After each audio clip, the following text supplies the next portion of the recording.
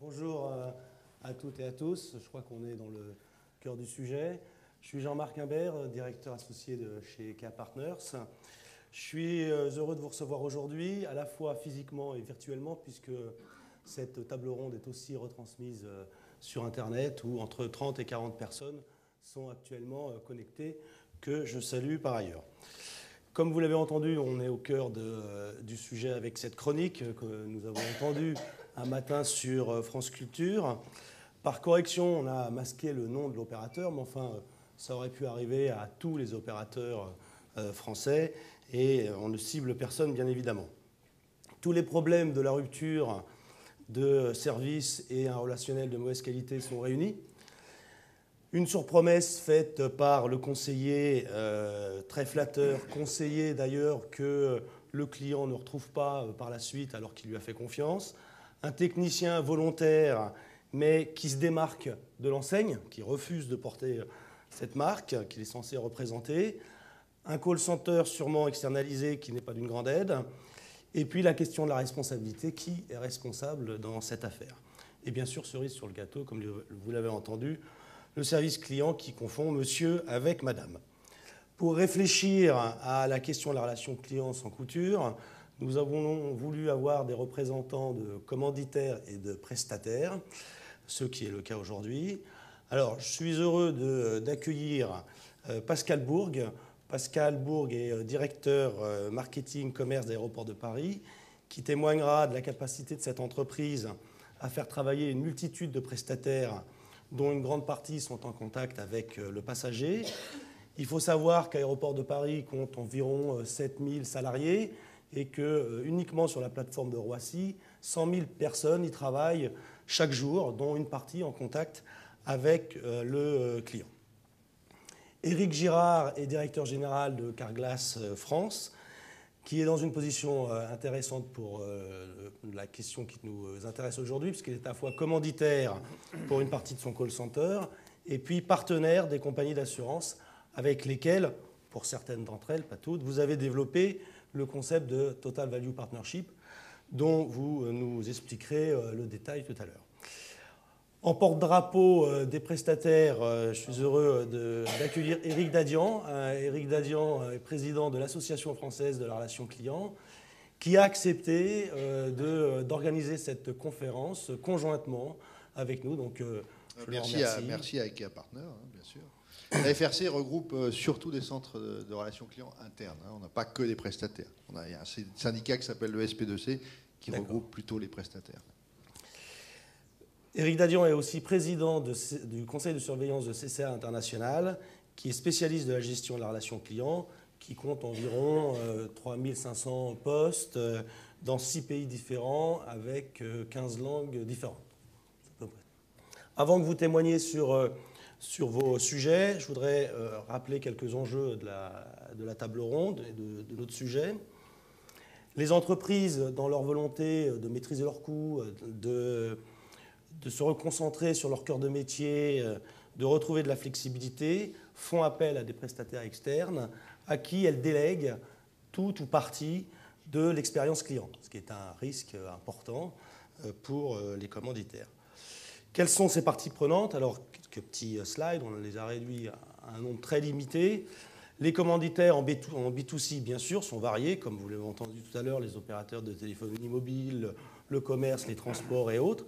Côté prestataire, il s'agit plutôt de call center, mais aussi les livreurs, les agents de sûreté, les installateurs, les réparateurs, la restauration à bord des TGV, les commerces dans les gares et aéroports. Ce schéma montre deux types en fait, de partenaires qui engagent à des degrés divers la promesse client. Les premiers sont inclus dans la prestation et donc dans son prix. Quelque part, vous ne passez qu'un seul contrat et même si vous avez le prix du matériel, le prix de la livraison et le prix de l'installation, vous n'avez contracté qu'une fois. Donc vous êtes engagé vis-à-vis d'un seul commanditaire. Et puis la deuxième catégorie, où on trouve des partenaires qui sont plutôt recommandés ou prescrits par le commanditaire, qui pourront intervenir, et en général c'est avec une facture séparée. C'est par exemple les diagnosticiens plomb dans les agences immobilières ou contracter une assurance ou un crédit au moment de l'achat d'un appartement quand vous passez par votre agence. Là, il y a bien 2 contrats différents. Pour autant, ils engagent la réputation et la marque du commanditaire. La qualité de la relation dépend donc en partie de tous ces acteurs qui ont un impact fort sur l'image et la réputation de la marque. Il existe donc un enjeu important à réussir la coopération avec ses partenaires pour assurer une relation cliente dite sans couture, grâce à des parties prenantes qui incarnent les valeurs de la marque et qui sont en mesure de respecter la promesse. L'objectif de cette table ronde est donc de comprendre les facteurs clés de succès d'une coopération réussie et de mesurer l'ampleur des transformations que vos entreprises ont pu réaliser pour y arriver. Nous avons organisé cette table ronde en 4 temps. Premier temps, pour comprendre les enjeux d'une relation client partagée. Un deuxième temps sur le processus de choix des bons partenaires et sur la nature des contrats passés. Un troisième sur la vie du partenariat. Et puis à la fin, nous regarderons précisément les transformations que vous avez été obligés à mettre en place. Pour apporter des éléments de réflexion au débat, en amont de cette conférence, nous avons organisé une enquête auprès de commanditaires et prestataires. Donc une trentaine de personnes ont accepté de répondre, à la fois des 2 parties. Je les remercie d'ailleurs s'ils sont dans la salle. Nous avons posé les mêmes questions aux commanditaires et aux prestataires pour faire un effet miroir et voir si chacun d'entre eux avait la même perception des modes de coopération qui étaient en place. Première séquence, donc quelles sont les attentes et les enjeux? Qu'attendent les clients quand ils ont affaire à plusieurs entreprises pour une même expérience? Nous voyons 7 points. Le premier point, c'est une vision dite 360 du profil client par tous les interlocuteurs. C'est-à-dire quel que soit l'interlocuteur et quel que soit le prestataire, il est important d'avoir l'ensemble des informations quand vous allez chez un client qui concerne ce client. Pas uniquement l'adresse et le numéro de téléphone, mais aussi son profil qui sont stockés dans les bases CRM. Deuxièmement, chaque intervenant est capable de prendre en charge toutes les questions du client. Donc c'est éviter le côté « ah ben non, moi je ne peux rien faire », demandez plutôt au call center ou je vous renvoie à telle et telle personne. Donc c'est la capacité à dire « je vais prendre votre problème et je m'en charge ». Troisièmement, le respect de la promesse initiale et l'incarnation des valeurs du commanditaire. Celle-ci soit bien respectée. Quatrièmement, le 0 effort pour gérer les interstices entre un intervenant. Donc il n'est pas question que le client s'occupe de gérer les interstices entre prestataires et commanditaires. Ça doit être complètement fluide. Un accès simplifié et rapide aux informations. Donc un seul point d'entrée pour le 5e point, qui est de dire je veux éviter d'avoir accès à appeler un call center, puis après un autre, puis après accéder à un site internet, puis aller après dans une boutique. Tout ça à la rigueur pour le même problème.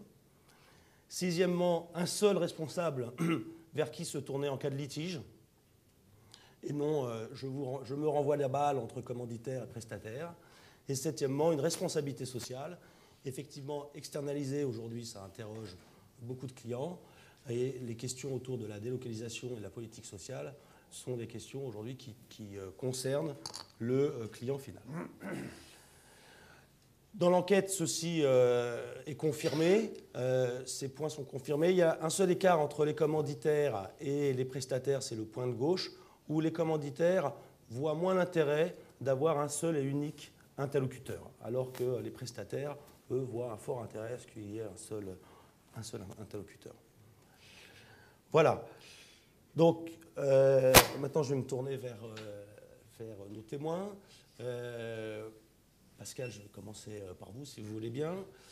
Donc, les questions pour introduire ce sujet, c'est quelles sont les attentes, quels sont les moments du parcours client aujourd'hui où vous faites intervenir des prestataires qui ne sont pas à l'aéroport de Paris, quels sont les enjeux d'avoir un partenariat qui sont réussis et quelles promesses faites-vous à vos clients? Bonjour à tous et à toutes. Merci Jean-Marc de nous avoir conviés à cet échange, à cette réunion sur le client. C'est toujours agréable de parler de nos clients. c'est toujours une satisfaction, c'est toujours un plaisir, d'abord parce que ce sont eux qui nous font vivre, et puis ce sont eux aussi qui nous obligent à nous dépasser. Voilà.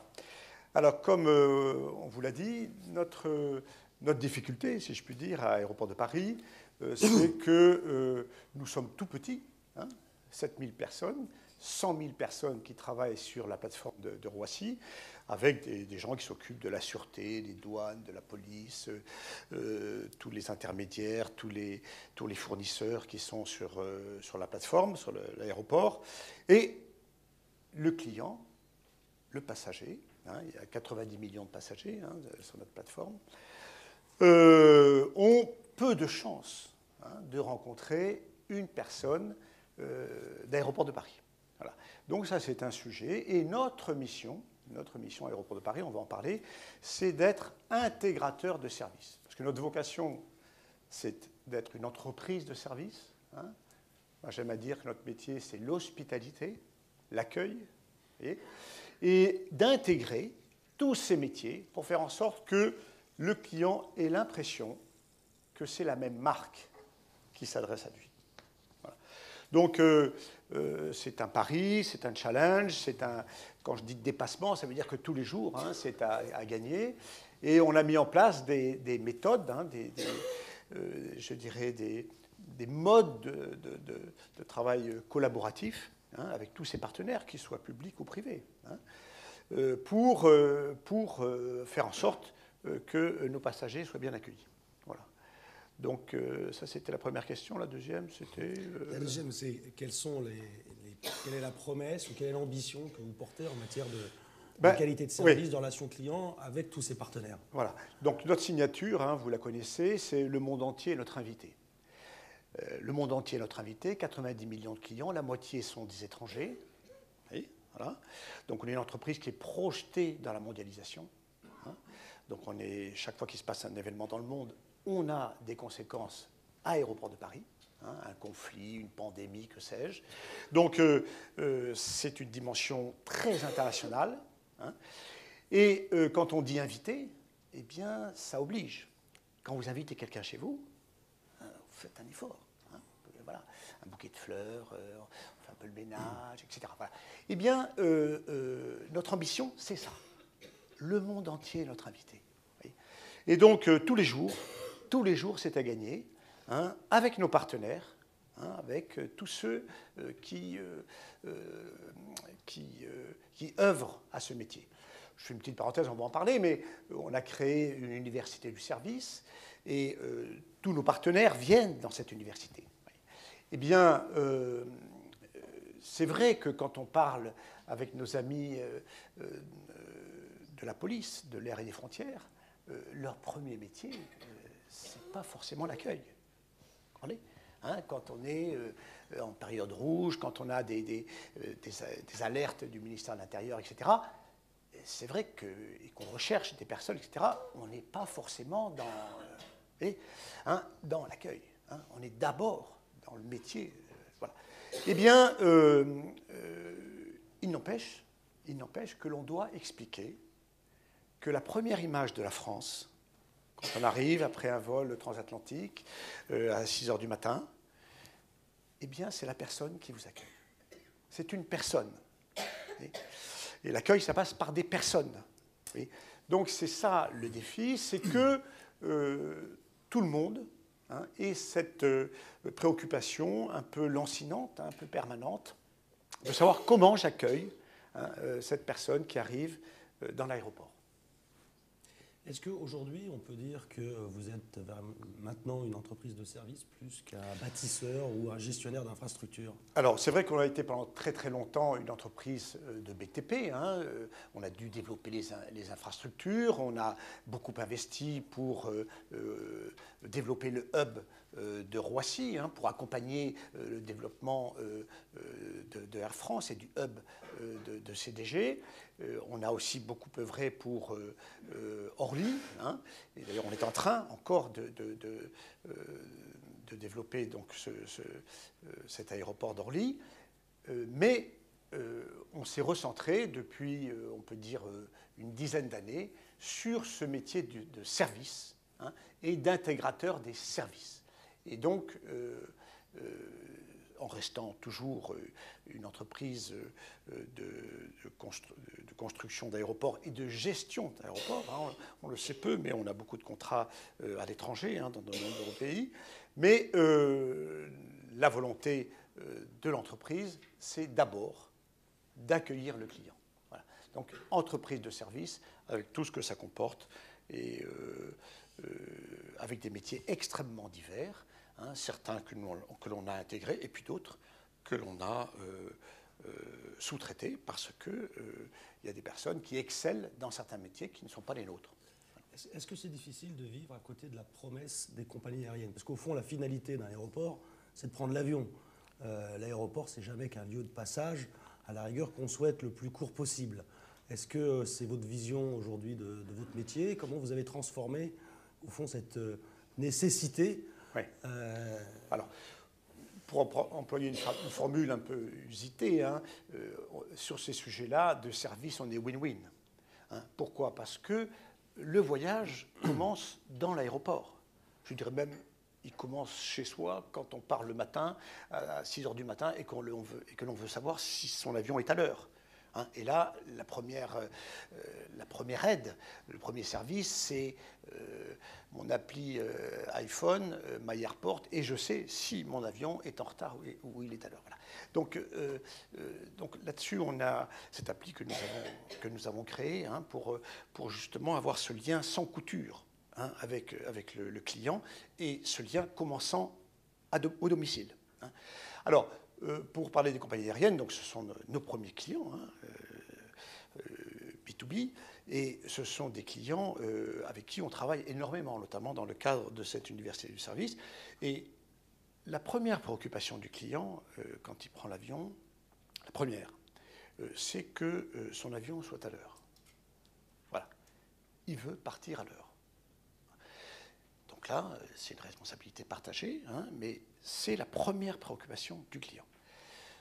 La deuxième, c'est d'avoir une expérience dans cet espace qu'est l'aéroport, une expérience riche.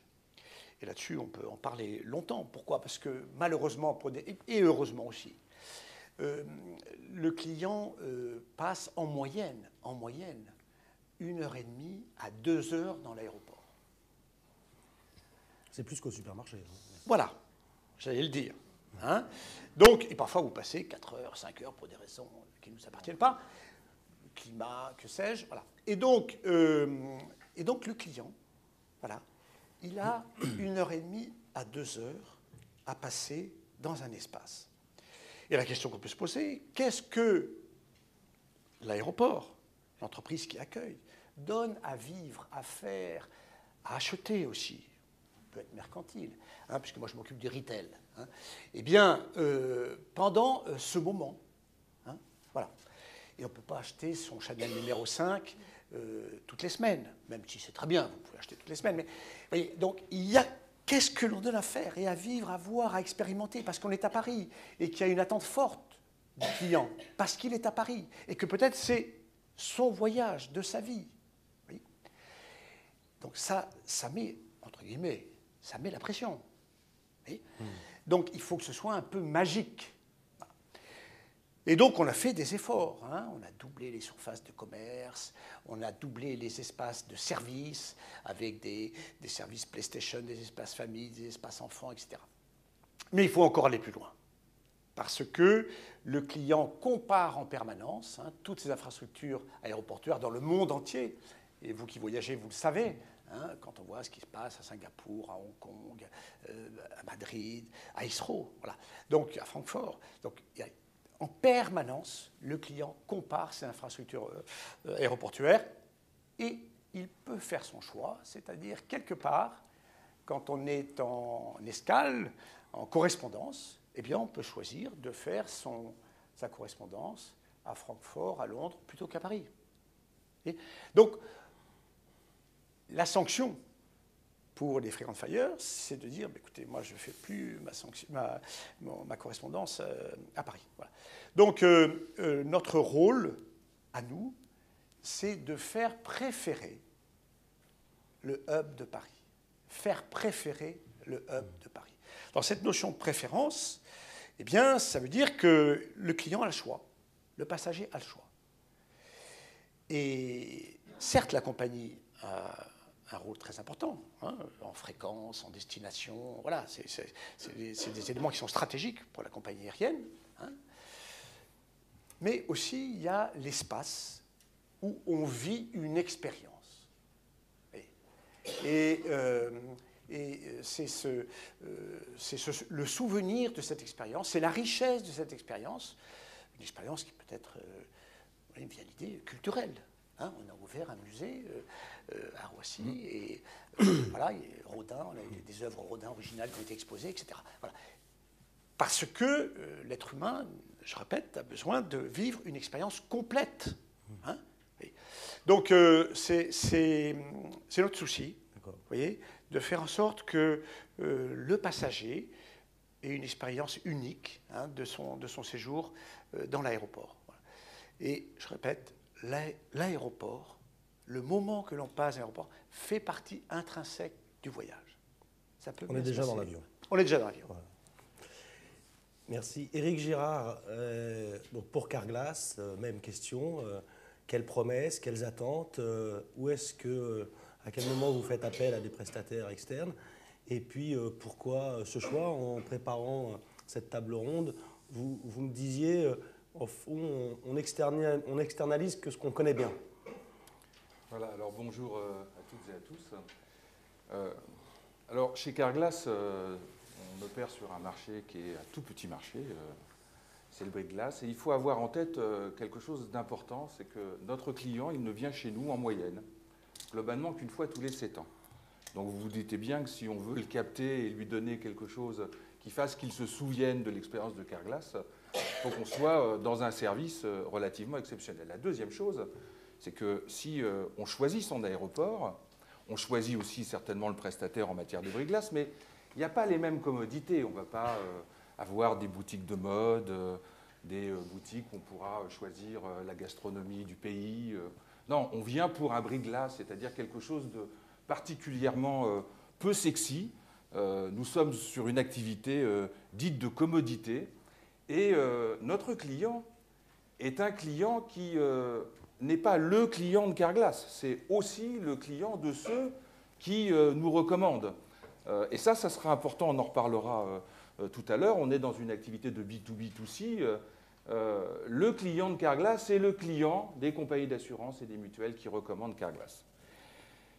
Sur un marché de commodité avec un client qui vient une fois tous les 7 ans, vous vous doutez bien qu'il est hyper important de pouvoir faire en sorte qu'il se souvienne et qu'il ait une expérience assez exceptionnelle. Et quand il vient chez nous, il vient, pour faire simple, de deux façons. Soit directement dans un garage, ce qu'on appelle un centre, soit en appelant notre plateforme de gestion de rendez-vous, ce qu'on appelle notre call center.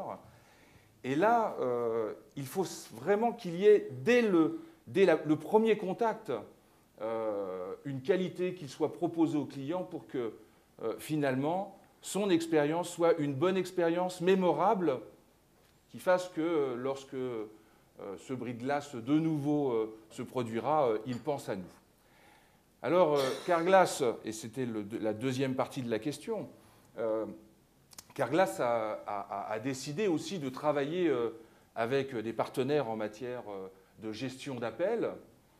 Et on a décidé de le faire pour des raisons de flexibilité, pour ne créer aucune rupture dans le service que l'on propose à nos clients. Et on peut avoir aussi des pics de clientèle.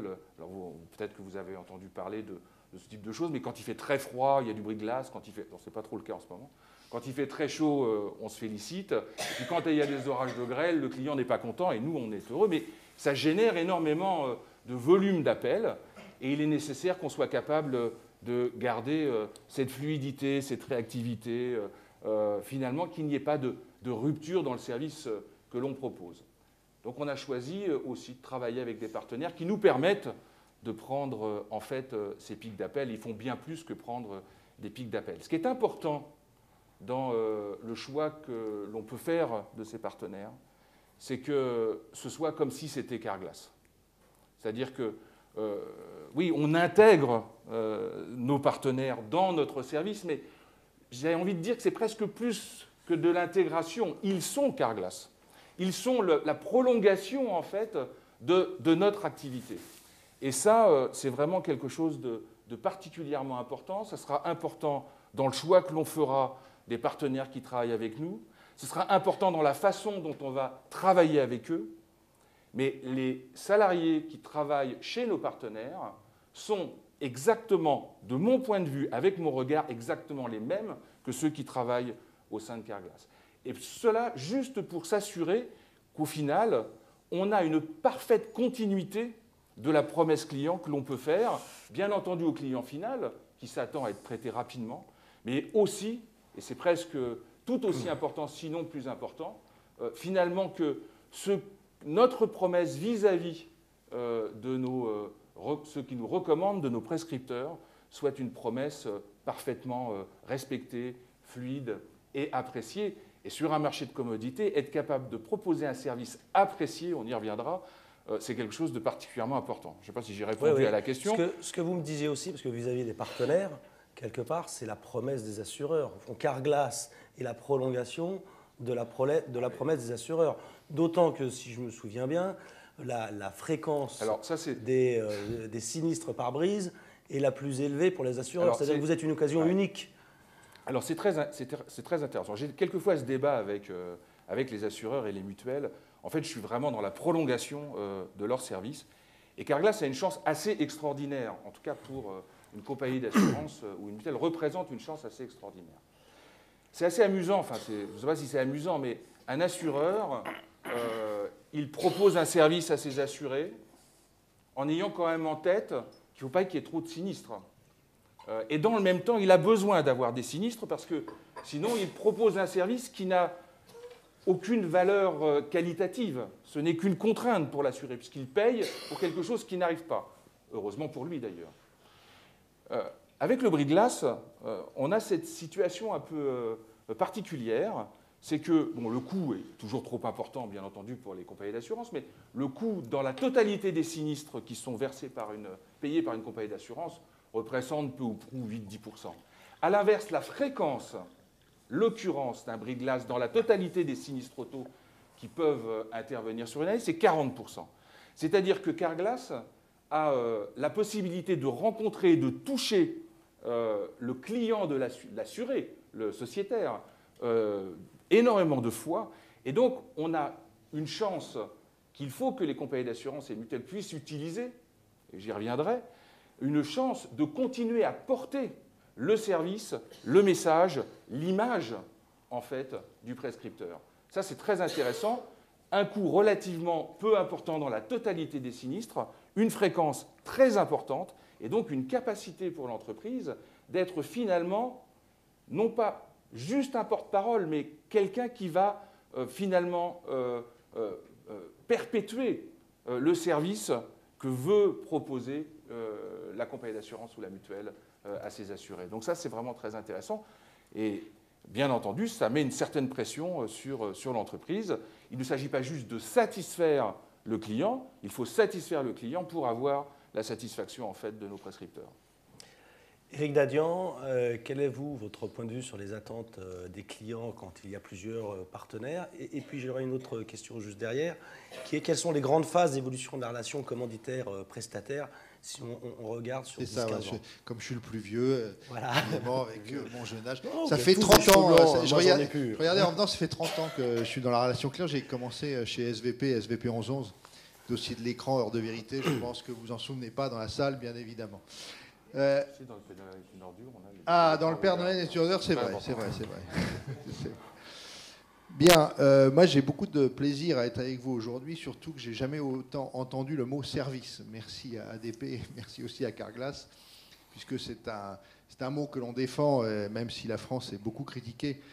Service compris, service gratuit, service public, n'a jamais été dans les gènes de nous les Français, et on est en train de prouver le contraire. Je pense qu'on aura plus précisément, pour répondre à la question, on n'aura plus le choix. C'est-à-dire que comme le client aujourd'hui, on l'a entendu tout à l'heure sur France Culture, le client aujourd'hui, il ne va plus choisir une marque, un produit par rapport à la capacité de ce produit à répondre à son besoin, mais plus parce qu'il y a un service autour, parce qu'il y a une relation client autour qui va lui faire ce déclic pour choisir un opérateur, une voiture, un voyage. Et je reviendrai sur Roissy parce que je vais avoir un accueil extraordinaire, une empathie, tout ce que je rêve en tant que client, en tant que consommateur.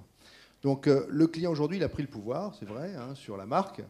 On sent d'ailleurs une inversion très rapide depuis le digital, depuis l'arrivée du digital mobile, hein, depuis 2 ans. On sent qu'aujourd'hui, c'est lui qui va décider de son choix et il ne voudra plus de process, il ne voudra plus attendre, il ne voudra plus se déplacer le moins possible. Donc il dictera sa loi petit à petit et si la marque ne l'a pas compris, il pourra se répandre à une vitesse incroyable sur les réseaux sociaux, sur les médias, sur les forums, sur les blogs, sur tout ce qu'il veut pour critiquer et pour inviter ses camarades de classe, puisque maintenant on vit dans des communautés, à choisir une autre marque. Donc il y a de vrais dangers que nous n'avions pas connus. Bon, si je reprends l'exemple des SVP, il y a 30 ans, notre problématique, c'était de traiter un flux d'appels. Donc la distribution automatique d'appels arrivait. Il fallait surtout éviter d'en rater. Aujourd'hui, on a tous les canaux. On a des gens qui, de toute façon, sont aussi à même à taper, à écrire qu'à parler. Et de toute façon, peut-être qu'on ne composera plus demain des numéros de téléphone. On cliquera sur un site internet et on aura une vidéo, on aura du chat, on aura tout ce que les outils permettent aujourd'hui.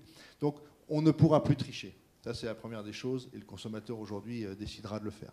Alors, l'évolution des relations entre marques, moi, je les appelle les partenaires parce qu'on a eu des combats qui sont totalement inutiles. Et avec du recul, avec plusieurs années, je pense qu'aujourd'hui, on est ensemble, partenaires, pour mieux servir, toujours mieux servir ce consommateur, ce client en B2C ou en B2B. Il y a eu une évolution forte à partir de 2003-2004. 2003-2004, on a vu apparaître avec la possibilité de fibrer un certain nombre de pays les délocalisations. Donc, puisque nous étions tout le temps en recherche d'optimisation, de productivité, de meilleurs coûts, on est allé chercher des productions ailleurs. Et on a essayé de créer des outils pour monter le niveau de qualité avec un label social, on en parlait, mais aussi avec une norme NF Service à destination des consommateurs. On n'a pas encore réussi. Il faut reconnaître que ces 2 outils sont peu utilisés à l'échelle d'un pays comme la France qui a que 300 000 téléconseillers qui servent tous les jours quotidiennement des milliards de contacts, alors qu'en Angleterre, ils sont 1,1 million, aux États-Unis, ils sont 5 millions de salariés à servir des clients tous les jours. Donc vous voyez qu'on a énormément de retard parce que service compris, service gratuit, service public, hein, encore une fois, c'est dans les mentalités. Et on va avoir encore du mal à ne pas changer nos mentalités parce que le consommateur prend le pouvoir sur les réseaux sociaux, comme je le disais tout à l'heure. Donc en 2003-2004, il y a eu un changement assez drastique. En 2008 également, parce qu'il y a eu la crise. Et donc on s'est aperçu que les relations se sont tendues. Le prestataire, je ne dis pas que c'est un esclave, mais il répond à un cahier des charges et il doit, en tous les cas, essayer de répondre à ce qu'il y a dans ce cahier des charges. Le commanditaire, lui, est dans une situation de concurrence effrénée et il doit garder ce client qui peut partir à tout moment. Donc lui-même a une pression sur les coûts qui sont fortes. Donc on est dans une démarche actuellement d'abord les coûts, d'abord les coûts, d'abord les coûts. Lorsque on pourra, et c'est le combat qu'on mène depuis des années à la FRC, arriver à créer une direction générale client qui soit sous la direction générale, sous la présidence de vos marques, on commencera à gagner. Ce n'est pas pour affronter le marketing ou le commerce, pas du tout. C'est que pour tout le monde ensemble, toutes les fonctions de l'entreprise se mettent au service du client. Et les prestataires également intégrés dans l'eau du bain pour servir au mieux ce client. On en est encore loin et depuis 2004, on a vu plutôt une situation se dégrader, malgré les outils dont je viens de parler. Merci. On va passer à la deuxième séquence, sélection des partenaires.